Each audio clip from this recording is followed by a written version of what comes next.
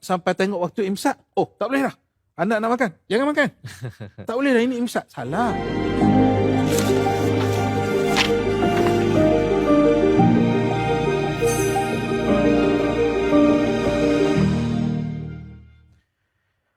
أعوذ بالله من الشيطان الرجيم. بسم الله الرحمن الرحيم. الحمد لله حمدا كثيرا طيبا مباركا فيه. اللهم صل على سيدنا ومولانا محمد من فلقت الأنوار إلا بذاته. Assalamualaikum warahmatullahi wabarakatuh. Kepada tuan-tuan, puan-puan yang budiman, kini sedang menonton rancangan Bedah Hadis edisi Ramadan Gaya Rasulullah sallallahu alaihi wasallam. Sebuah program yang bakal membincangkan tentang hadis-hadis Nabi sallallahu alaihi wasallam yang berkaitan dengan Ramadan dan bagaimana cara untuk kita memperbaiki amalan kita lebih tepat dengan sunnah baginda sallallahu alaihi wasallam.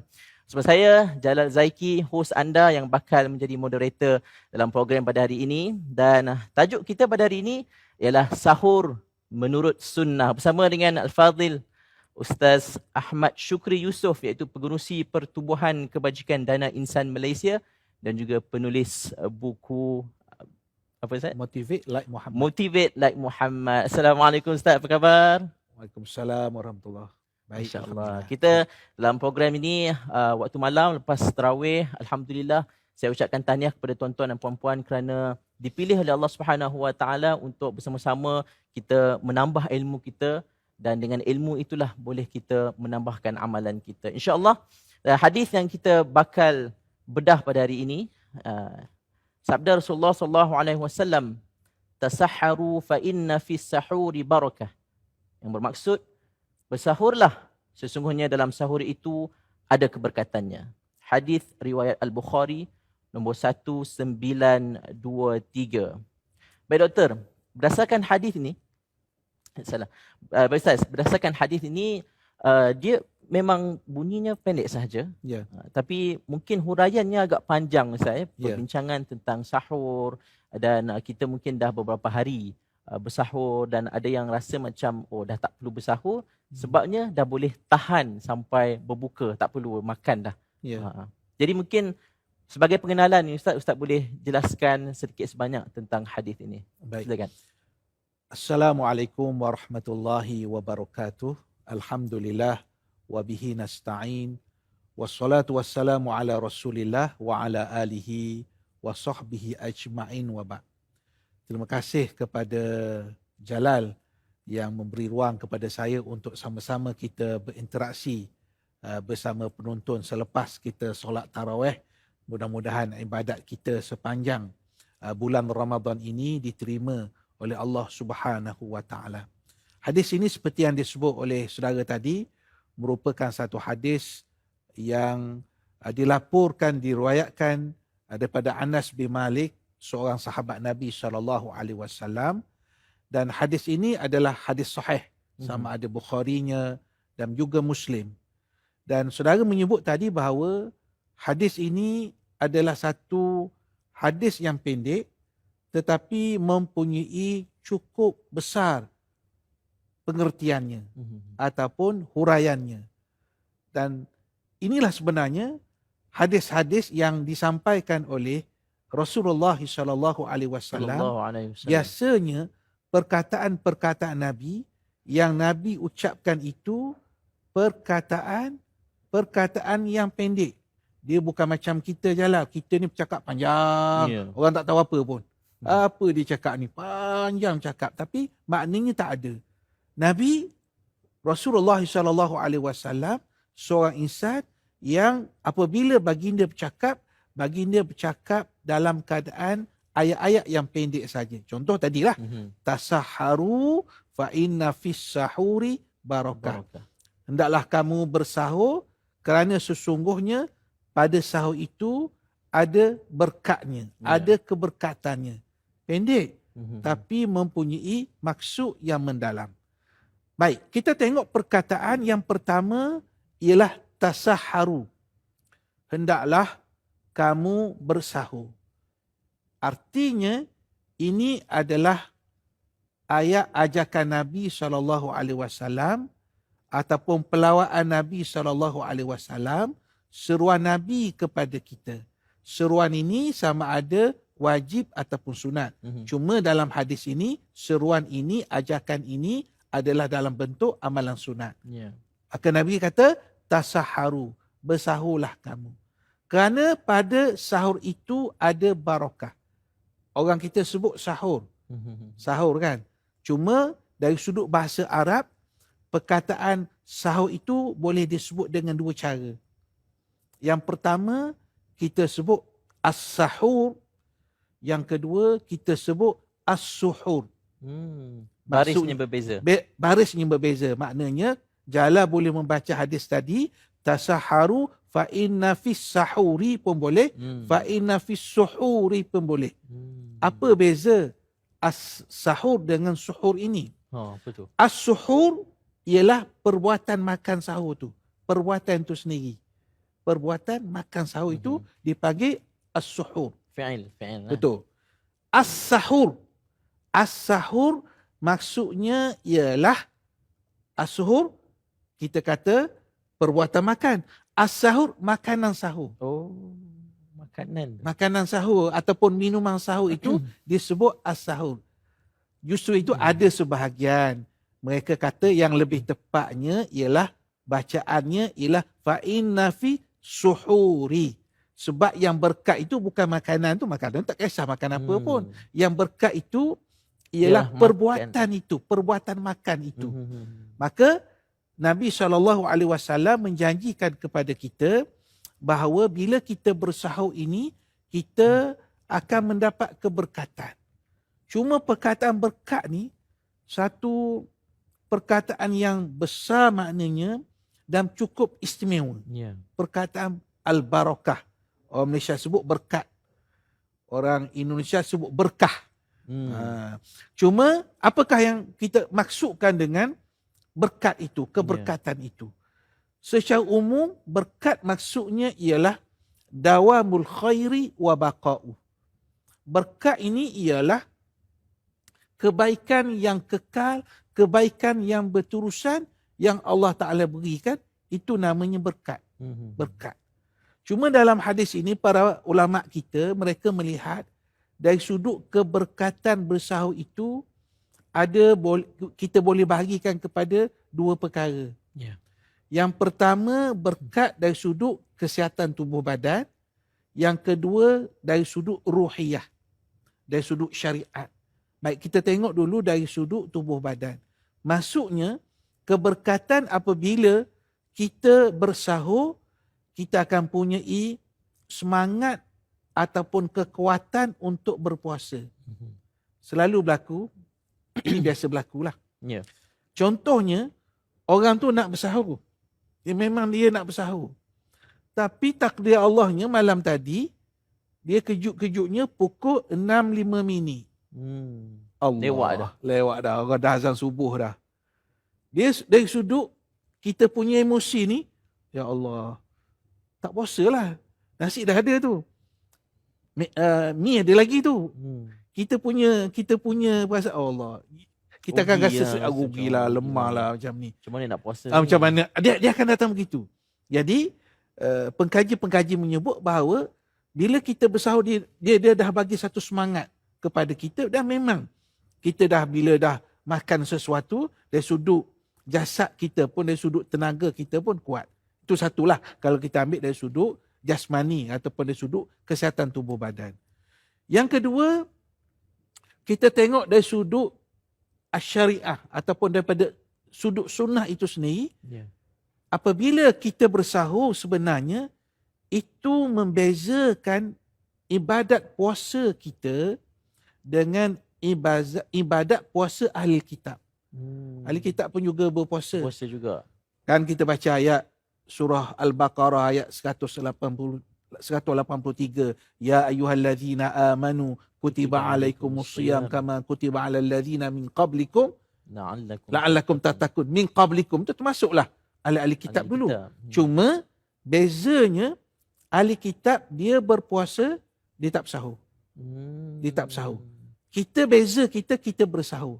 Dan Nabi dalam banyak perkara, Nabi akan cuba dalam apa perkara pun bezakan Ya. Ibadat ke, cara berpakaian ke apa ke, dari sudut budaya ke, dengan Mesti kena ada golongan perbezaan lah.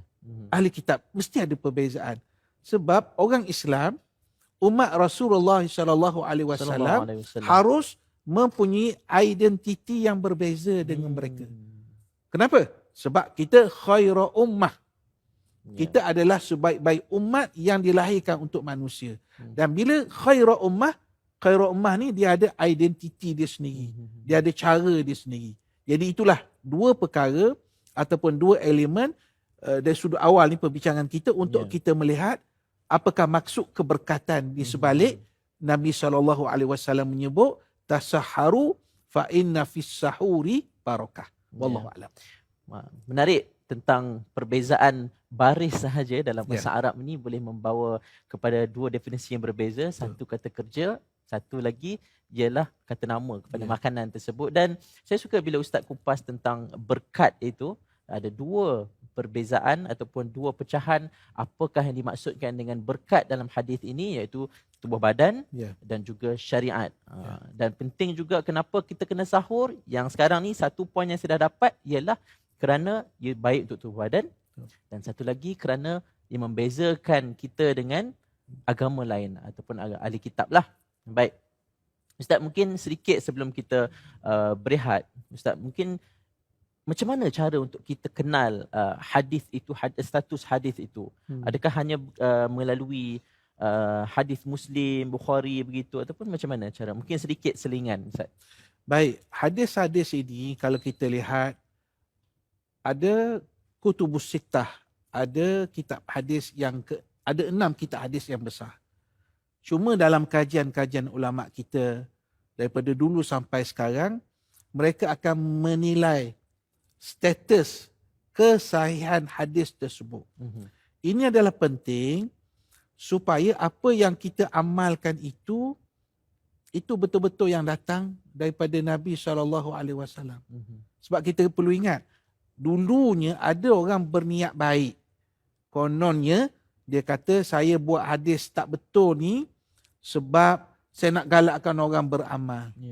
Contohnya dia buat hadis palsu, setiap malam dalam bulan Ramadan ada kelebihan-kelebihannya. Kelebihan malam pertama begini, kelebihan malam kedua begini. Sedangkan itu adalah hadis palsu.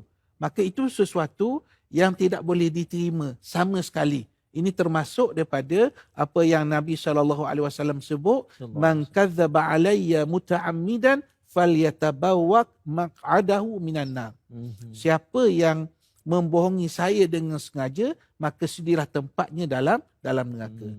Jadi kita boleh melihat hadis Bukhari sebagai contoh, hadis Muslim sebagai contoh, dan kemudian yang ditarjihkan oleh ulama-ulama, dan ada kitab hadis yang menyusun balik daripada hadis Muslim dengan Bukhari ni, macam contohnya kitab Al-Lu'lu' wal Marjan sebagai contoh. Maka inilah yang harus kita lihat, yang harus kita fahami. Walaupun tidak 100% kita kata mungkin akan ada kekeliruan pada setengah hadis. Cuma akhirnya hadis ini secara umumnya kalau ia bercanggah dengan Al-Quran, akan diketepikan. Baik. Ataupun hadis-hadis lain yang menguatkan, kita ambil hadis-hadis yang kuat saja.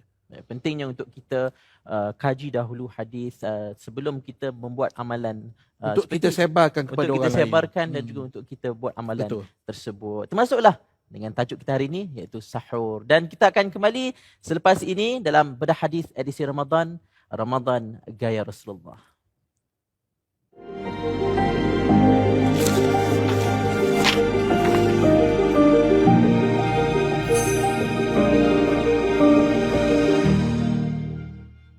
Allahumma salli ala Sayyidina Muhammad. Allahumma salli ala Sayyidina Muhammad.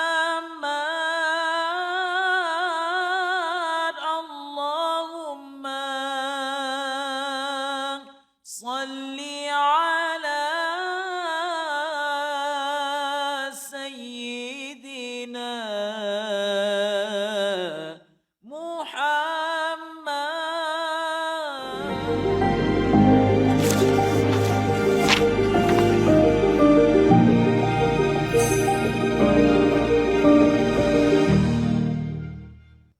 Alhamdulillahirrabbilalamin. Bertemu lagi kita dalam program Bedah Hadis edisi Ramadan Gaya Rasulullah. Terima kasih kepada tuan-tuan puan-puan yang masih lagi setia bersama dengan kami dalam program ini. Mudah-mudahan kita semua mendapat berkat dan juga mendapat manfaat daripada program ini. Tapi jangan hanya mendapat manfaat untuk diri sendiri. Saya nak sarankan kepada anda semua untuk teruskan share, teruskan kongsikan program ini supaya sahabat-sahabat anda, kaum keluarga anda boleh dapat manfaat bersama-sama melalui program Bedah Hadis edisi Ramadan ini. Dan kita akan sambung lagi tajuk kita pada hari ini yang berkaitan dengan sahur, cara Rasulullah SAW ataupun cara sunnah. Jadi Ustaz dah pun huraikan sedikit sebanyak tentang maksud barakah Ustaz. Yeah. Dan sekarang ni mungkin kita nak tahu pula macam mana dan apa pula kepentingan kita nak bercakap tentang sahur ni Ustaz. Silakan.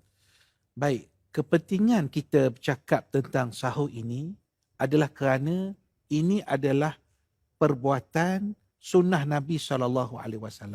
Sebab itu bila saudara sebut tadi tentang gaya Rasulullah, maksudnya ibadah yang kita buat ni, ibadah yang kita ambil seperti mana yang ditunjukkan oleh Nabi. Umpamanya kita ambil contohlah, kita kata kita berpuasa, kemudian kita tidak bersahur. Ya, betul lah, puasa itu sah, betul. Puasa itu diterima Allah. Cuma kita buat itu tak persis seperti mana yang dibuat oleh Rasulullah SAW. Kita ambil contoh perkataan tasahharu itu sendiri, bersahur itu, sahur itu waktunya hujung malam. Ataupun kalau bahasa Melayu ini kita sebut dini hari. Dini hari ini mungkin pukul 3, pukul 4 begitu. Kita bersahur dan waktu ini adalah waktu yang mustajab doa dan mustajab permohonan taubat kita kepada Allah Subhanahu wa taala. Allah Taala sifatkan orang beriman antaranya wabil asharihum yastaghfirun. Dan mereka pada waktu-waktu sahur dini hari mereka beristighfar kepada Allah Subhanahu wa taala. Ahli tafsir kata istighfar di sini antara maksudnya beristighfar, mohon keampunan. Ada mereka menafsirkan bahawa maksudnya bersolat malam. Ada mereka tafsirkan sebagai bermunajat di waktu malam. Apapun akhirnya dia akan pergi kepada perbincangan kepada cara untuk kita dekatkan diri kita kepada Allah Subhanahu wa taala. Jadi maknanya kita berpuasa ni dalam bulan Ramadan ni dia ada elemen-elemen yang pelbagai untuk kita dapat keberkatan. Contoh ya. Contoh kita buat ibadat tu dalam bulan Ramadan. Itu dah ada nilai dia di sisi Allah Subhanahu wa taala. Kemudian kita buat pula pada waktu-waktu yang Allah Taala terima doa kita, permohonan kita, munajat kita kepada Allah Subhanahu wa taala. Jadi saya katakan tadi bila kita ambil contoh, kita ambil qudwah, kita ambil tauladan daripada Nabi SAW, maka cantiklah ibadat kita, indahlah ibadat kita. Begitu juga bila kita berpuasa ini, ataupun lebih tepat bila kita berpuasa dan kita susuli dengan sunnah-sunnah Nabi, termasuk bersahur tadi, sebenarnya bersahur ini juga melambangkan bahawa bila bersahur orang perlukan makanan. Dan bila orang perlukan makanan, mungkin ada orang yang kurang bernasib baik, yang memerlukan kita kata makanan umpamanya ketika bersahur. Popular dalam masyarakat kita bahawa biasanya orang kata berbuka puasa itu ada pahalanya. Betul lah, ada pahalanya infak untuk berbuka puasa. Memberi makan. Tapi jarang kita berbicara tentang infak waktu sahur. Sedangkan salah seorang sahabat Nabi SAW menyebut tasahharna ma'a Rasulillah SAW. Kami bersahur bersama dengan Rasulullah SAW. Apa maksudnya Jalah? Maksudnya, sahabat Nabi sendiri bersahur dengan Rasulullah SAW. Maksudnya, bila bersahur dengan sahabat-sahabat tu maknanya jumlah yang ramai. Jadi, saya syorkan bahawa selain daripada infak untuk kita berbuka puasa, apa salahnya kita infak untuk bersahur. Maksudnya, ada ruang kebaikan untuk buat di awal pagi. Awal pagi dah buat kebaikan. Selalu popular dalam masyarakat kita, orang panggil sedekah subuh. Memanglah tak ada hadis Nabi, bersedekahlah kamu pada waktu subuh. Tapi ada hadis Nabi yang menggambarkan, bila di awal pagi akan turun 2 malaikat yang berdoa kepada Allah. Antara salah satu malaikat itu berdoa, Allahumma a'ti munfiqan khalafa. Ya Allah, berikanlah kepada orang yang infak harta dia di awal pagi, Allah Ta'ala bagi pembalasan. Satu lagi malaikat kata, Ya Allah, bagikanlah orang yang kedekut ni, harta dia musnah. Maksudnya, hadis ni gambarkan di awal pagi dah boleh bersedekah, boleh menyumbang, boleh buat kebaikan. Jadi, sudah tentu perbelanjaan untuk kita kata bersahur itu sendiri termasuk daripada sedekah-sedekah yang dianjurkan oleh Rasulullah sallallahu alaihi wasallam. Menarik perspektif yang Ustaz bawakan, bahawa bukan sahaja kita digalakkan untuk memberi makan kepada orang berbuka puasa, tapi sahur pun jangan terlepas pandang, Ustaz. Betul. Baik Ustaz, tadi Ustaz ada sebut sedikit tentang waktu sahur, iaitu waktu dini hari sebelum subuh tu. Mungkin Ustaz boleh jelaskan sedikit tentang mungkin pukul berapa, setengah jam ke, 45 minit ke, sejam ke? Silakan. Baik, perkataan yang pertama kita lihat perkataan sahur ni. Perkataan sahur ni dia bukan waktu malam. Kita tak boleh kata pukul 12 malam, pukul 1 pagi. Itu bukan waktu sahur. Waktu sahur ni betul lah bermula daripada kita kata dini hari tadi yang saya gunakan perkataan dini hari sehingga sebelum masuk waktu subuh. Jadi kalau kita nak kata dalam jam ni mungkin pukul 4 pagi ke 5 pagi. Tapi 4 pagi pun dari sudut afdalnya belum afdal lagi. Boleh dah bersahur. Sebab afdalnya ialah sebelum masuk waktu subuh. Maknanya sunnahnya kita takhirkan bersahur. Dia kalau berbuka kena cepat kan? Yang ni kena akhirkan. Maksudnya sebelum waktu subuh. Dan saya percaya ini yang kebanyakan masyarakat kita buat, iaitu dia bersahur dalam sekitar mungkin pukul 5.30. Maknanya apa yang kita buat itu sesuai sebenarnya. Kerana pada zaman Nabi SAW, sahabat yang menceritakan yang bersahur dengan Nabi, lepas bersahur tu mereka solat subuh berjemaah. Sahabat ini tanya kepada Rasulullah. Dia tanya Rasulullah begini. Dia kata, Ya Rasulullah, berapa kadar masa antara kita sahur tadi dengan solat ni? Berapa kadar masa dia? Nabi kata, 50 ayah. 50 ayat Al-Quran. 50 ayat Quran. Cuma timbul pula lah. Ayat pendek ke panjang? Itu dia. Lain Kori cara tanya tu. Maksudnya, ayat pendek ke ayat panjang? Kita kata ayat yang sederhana. Mungkin 10 minit, mungkin 15 minit. Jadi apa yang kita buat ni sebenarnya dah sesuai dengan apa yang dibuat oleh Rasulullah SAW. InsyaAllah. Mudah-mudahan begitu. 5.30 itu yang terbaiklah kot. Ya, betul. Betul. Terima kasih Ustaz. Itu tentang bagaimana kita nak bersahur itu, cara ataupun nak makan apa tu Ustaz. Ada tak diberi tahu dalam hadis ataupun dalil tentang macam mana Nabi makan sahur? Baik. Kita selalu sebut tentang berbuka puasa.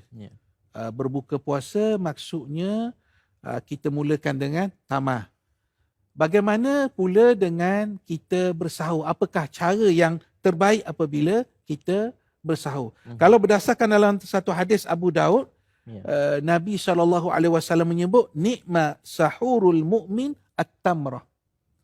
Kata Nabi, kata Rasulullah SAW, sebaik-baik sahur seorang mukmin itu ialah dengan tamar. Rupanya tamar juga. Kadang-kadang kita tak buat yang ni.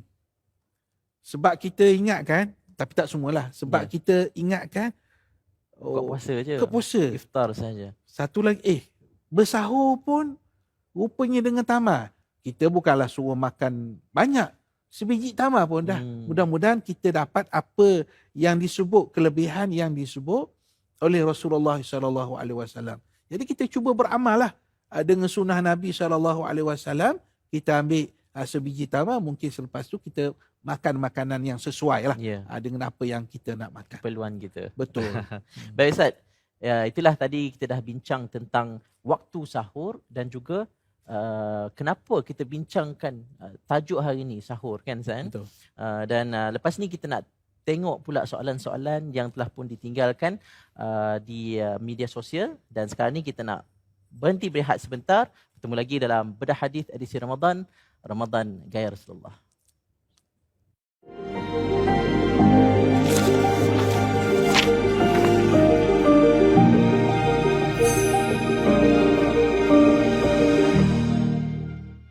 Allahumma salli ala Sayyidina Muhammad. Allahumma salli ala Sayyidina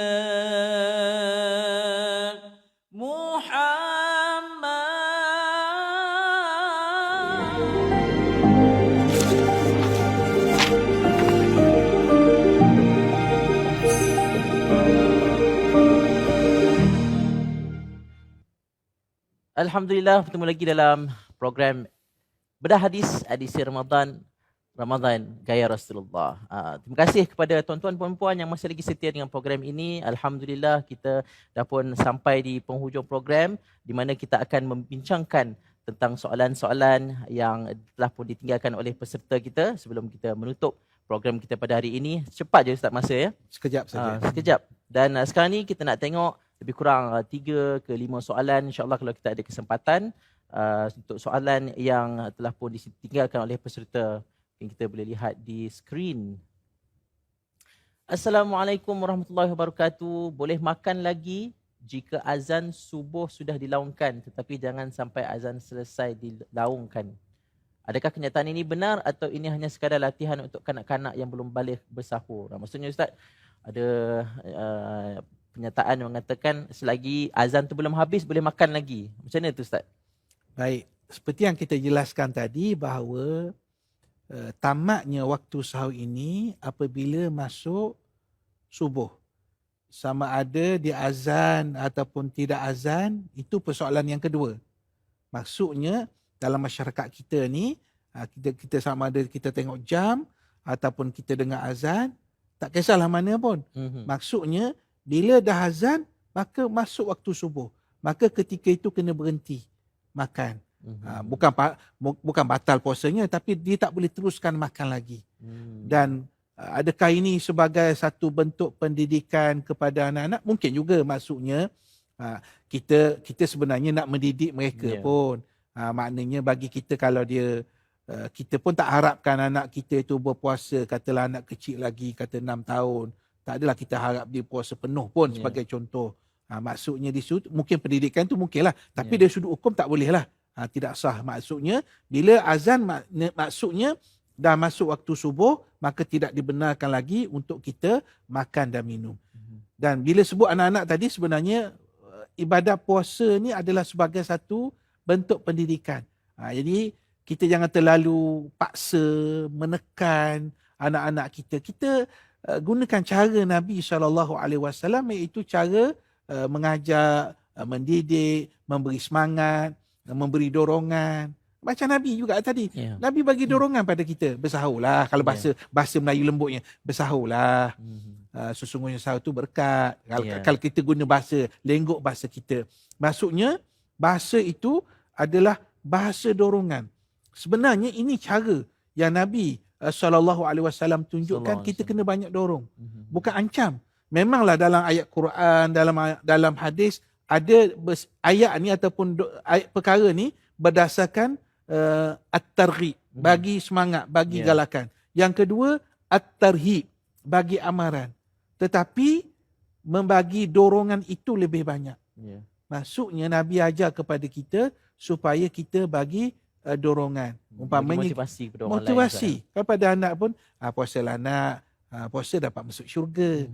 Jangan pula puasa nak, nanti kalau tak puasa susah, mak ayah ni duduk dalam neraka. Itu tak berkena. Konsep dari sudut pendidikan. Pendidikan kita lebih beri kepada dorongan kepada anak-anak kita. Dan dorongan ini, kalau kita buat macam tu, kesan dia tu sampai anak kita membesar.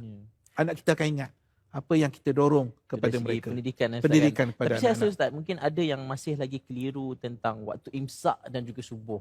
Mungkin Ustaz boleh jelaskan sedikit. Baik, waktu imsak ni, sesungguh waktu imsak ni dia bukan waktu yang makna kita kena stop ataupun kita kena berhenti, tak boleh kita makan, minum. Setengah orang, walaupun tak ramai, dia salah faham. Bila imsak saja, dia pun berhenti. Tak betul tu. Sebenarnya imsak tu untuk kita jaga-jaga.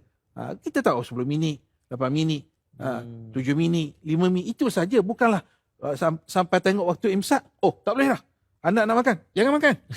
Tak boleh lah, ini imsak. Salah. Imsak bukan begitu. Konsep imsak ni sebenarnya ialah supaya kita berhati-hati. Sebab tu ada waktu imsak. Jadi kalau orang kata waktu imsak tu, bila imsak kena stop makan, tak boleh makan minum, tak betul. Salah tak kena. konsep. Salah konsep tu. Jadi maksudnya imsak tu boleh makan lagi, subuh tu walaupun tak dengar azan pun mesti dah kena berhenti makan. Kalau kita tahu. Kalau kita yakin belum masuk waktu lagi, boleh lagi. Boleh lagi ketika itu. Baik. Itulah jawapan kepada soalan yang pertama, panjang lebar tapi saya rasa itu cukup jelas lagi untuk menjawab persoalan tersebut. Dan mungkin kita nak lihat soalan yang kedua yang telah pun ditinggalkan. Ini pendek sikit. Kalau saya makan sebelum tidur, umpamanya jam 1 pagi, lepas tu saya bangun lepas azan subuh, dikira sahur tak? Ini tadi Ustaz dah sebut tadi, mungkin boleh ulang sedikit lah Ustaz. Baik, kita sebutkan tadi bahawa waktu sahur ini ataupun bersahur ini ialah pada waktu dini hari. Jadi apa yang ditanya oleh saudari kita tadi, itu bukan sahur. Itu makan biasa saja. Makan biasa saja. Siapa? Ya, siapa saja. Dan kita kena ingat juga bahawa bila kita bangkit daripada tidur ni, kalau kita nak bersahur, dia bukan mesti kita makan yang, ya kadang-kadang orang kata macam ni.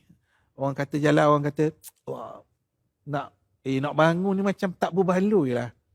Tu mana anak-anak ni. Tak berbaloi dia kata, dengan waktu pukul 4, pukul 5 nak bangun, tak berbaloi lah. Tak payahlah. Dia bukan masalah berbaloi ataupun tidak, masalahnya kita bangkit tu, kita bersahur, itu sunnah Nabi.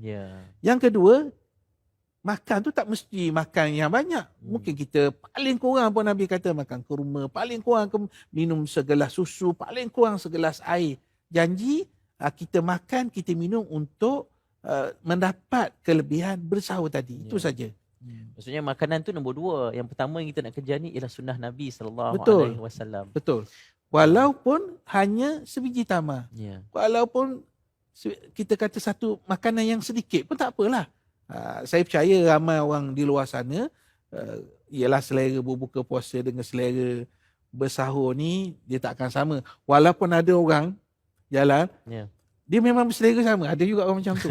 Dia bersahur pun selera, makan nasi berlauk penuh ni, berbuka pun macam tu. Itu orang masing-masing lah, cara masing-masing. Tetapi umumnya, orang selera dia tak sama lah. Waktu pukul 6, pukul 5, 5.30 ni. Cuma saya katakan tadi, kita letakkan dalam pemikiran kita, kalau aku buat ni, aku ikut sunnah Nabi SAW, dan mudah-mudahan dengan bersahur ini, dia akan memberi satu kekuatan kepada aku untuk menjalani sehari ibadah puasa tersebut. Baik, menarik ya soalan yang diberikan. Terima kasih kita ucapkan. Mungkin ada satu soalan yang terakhir, soalan yang keringkas yang kita boleh ambil. Adakah digalakkan bersahur dengan kurma? Ada dalilnya. Ini bagus kan? Maksudnya dia nak beramal tu dengan dalil. Silakan.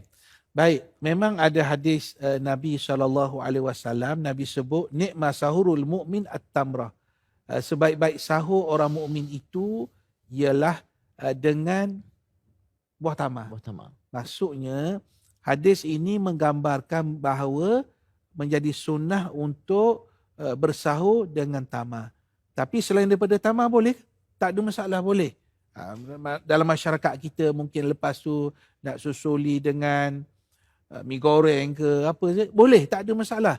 Cuma dari sudut sunnahnya begitu. Ataupun paling kurang macam saya katakan tadi, kita minum segelas air. Sebab dalam hadis yang menceritakan tentang keperluan bersahur walaupun segelas air itu, di hujung itu Nabi SAW menyebut kerana Allah berselawat kerana Allah dan malaikatnya berselawat kepada orang yang bersahur.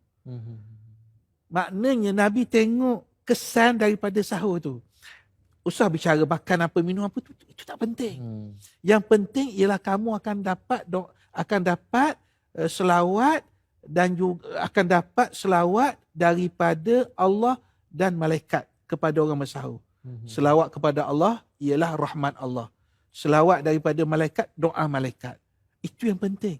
Kita akan dapat rahmat, kasih sayang Allah dan juga doa malaikat. Bila kita bersahur. Itu pentingnya kita bersahur. Sebenarnya dalam amalan ni satu yang kita buat tu kerana kita nak mendapat redha Allah Subhanahu Wa Taala. Dan hikmah tu sebenarnya yang kedua ya kan Ustaz? Betul. Yang kedua, yang ketiga, bukan itulah yang kita nak kejar sangat kan? Sebab ada benda yang kita amalan-amalan kita tak tahu pun ni apa ganjaran dia, apa hikmah dia kan Ustaz? Dia pentingnya ialah kita buat benda yang baik, benda yang ditunjukkan oleh Nabi. Sebab Nabi SAW sebut dalam satu hadis, la tahkiranna minal ma'rufi syai'a walau antalqa akhaka biwajhin taliqa. Jangan kamu perkecilkan kerja-kerja baik. Jangan, ni kecil ni bukan benda besar pun. Jangan. Walaupun kamu bertemu dengan sahabat kamu, dengan kamu maniskan muka. Memanglah kalau kita jumpa sahabat kita kan, kita masam muka. Biasa je lah. Kita senyum, kita manis muka. Itu pun ada nilaian dia. Di sisi Allah Subhanahu Wa Taala. Sekecil-kecil amalan. Sekecil-kecil perkara. Bahkan pernah waktu Nabi Mi'raj, Nabi ditayangkan kepada baginda perkara-perkara baik, perkara-perkara buruk yang dibuat oleh umatnya. Antara perkara baik yang Nabi ditunjukkan dalam peristiwa Mi'raj itu ialah sahabat-sahabat ataupun kaum muslimin yang mengambil sesuatu yang menyakitkan dari jalan raya. Ambil kaca ke paku ke. Itu ditayangkan ketika Mi'raj. Padahal itu pekerjaan biasa je. Tak boleh kita tengok, biarlah. Mana ambil benda tu supaya tidak memberi kesan buruk kepada orang lain. Itu pun dilihat, dinilai amat besar di sisi Allah Ta'ala. Allah Subhanahu Wa Ta'ala. Dan kita tak tahu amalan mana yang kita boleh dapat redha Allah Subhanahu Wa Ta'ala dan amalan mana yang menyebabkan kita masuk ke syurga. Kita tak tahu. Betul Ustaz. Yang penting konsep Quran kata waf'alul khaira la'allakum tuflihun. Buatlah kebaikan, mudah-mudahan kamu berjaya. Dunia, akhirat. Dan Ustaz, sebagai pengakhiran kepada program kita, mungkin Ustaz nak simpulkan dan nak beri galakan kepada penonton-penonton kita di rumah dan juga kepada diri saya sendiri untuk beramal dalam sahur. Baik, kita sebagai umat Rasulullah SAW, kita sedaya upaya untuk mengamalkan apa yang ditunjukkan oleh Nabi, khususnya dalam ibadat. Bila kita baca hadis, tasaharu fa inna fis sahuri barakah, bersahurlah kerana pada sahur itu ada keberkatan. Kita yakin, kita percaya apa yang Nabi sebut ini akan ada kebaikan kepada kita. Mungkin sebelum ini contohnya, kalau kita tak bangun sahur, susah. 29 malam, 30 malam untuk kita semayang 2 rakaat. Kita nak semayang 3 rakaat, 5 rakaat. Payah. Tiap-tiap malam ni. Sebab memang kita dah bangun. Jadi rugilah kalau kita dah bangun sahur, kita tak gunakan waktu itu untuk berdoa, untuk kita bermunajat. Jadi kita ambil peluang, bila kita bangun sahur, kita tambah lagi nilai sahur itu dengan kita buat al-qurbat, perkara-perkara yang mendekatkan diri kita kepada Allah. Solat tahajudnya jangan kita tinggal, selawat dan salamnya jangan kita tinggal, doanya kita jangan tinggal, mohon keampunan kepada Allah Ta'ala jangan kita tinggal, supaya madrasah Ramadan ini, sekolah Ramadan ini, bahkan kita boleh sebut universiti Ramadan ini akan memberi natijah yang baik kepada kehidupan kita, dunia kita dan akhirat kita, insya-Allah. Alhamdulillah. Terima kasih ucapkan kepada Ustaz Syukri atas perkongsian pada hari ini. Satu topik yang kita dah biasa dengar Ustaz, sahur. Tapi mungkin kita tak tahu selama ni apa dalil yang menyuruh kita untuk bersahur, dan juga apa pula perincian tentang sahur ni, makan apa, waktu sahur, kemudian manfaatnya, dan itu semua kita dah pun jelaskan, dah pun bincangkan dalam program hari ini bedah hadis, dan insyaAllah mudah-mudahan kita semua mendapat manfaat, tetapi lebih baik manfaat ini dikongsikan kepada semua sahabat-sahabat kita, kepada semua kaum keluarga kita. Mudah-mudahan kita semua mendapat manfaat yang sama. Demikianlah, kita akan bertemu lagi dalam program yang sama, bedah hadis edisi Ramadan Gaya Rasulullah. Bersama saya Jalal Zaiki. Assalamualaikum warahmatullahi wabarakatuh. Allahumma salli ala Sayyidina Muhammad. Allahumma salli ala Sayyidina Muhammad. Allahumma salli ala Sayyidina Muhammad. Allahumma salli ala Sayyidina Muhammad.